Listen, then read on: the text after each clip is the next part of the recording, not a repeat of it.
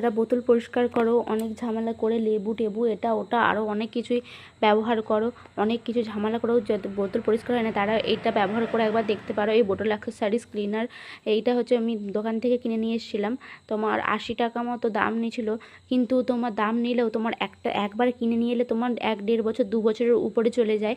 তোমার মাত্র ওই যে দেখতেই পেলে এই জলের বোতলের যে ঢাকনাগুলো আছে সেই ঢাকনার এক ছিপি নিয়ে হচ্ছে এক ঢাকনা নিয়ে ওই 1 বালতি জলের মধ্যে গুলে সেই জলটা মানে এই বোতলগুলোর মধ্যে ভরে এই যে এরকমভাবে মুখগুলো একটু তোমার জলের গামলার মধ্যে ডুবিয়ে রেখে আধ ঘন্টা কি 2 ঘন্টা 3 ঘন্টা আগে তোমার ভিজিয়ে রেখে দিয়ে তুমি কোনো কিছু ঘরের একটা কাজ করলে তারপরে তোমার একটা স্কচ বাইরে দিয়ে সামান্য একটু ঘষে পরিষ্কার করে নিলেই পুরো বোতলগুলো একদম চকচকে পরিষ্কার হয়ে যায়।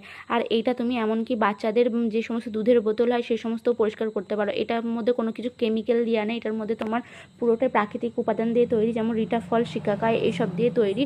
তোমরা অবশ্যই এটা ট্রাই করে দেখতে পারো।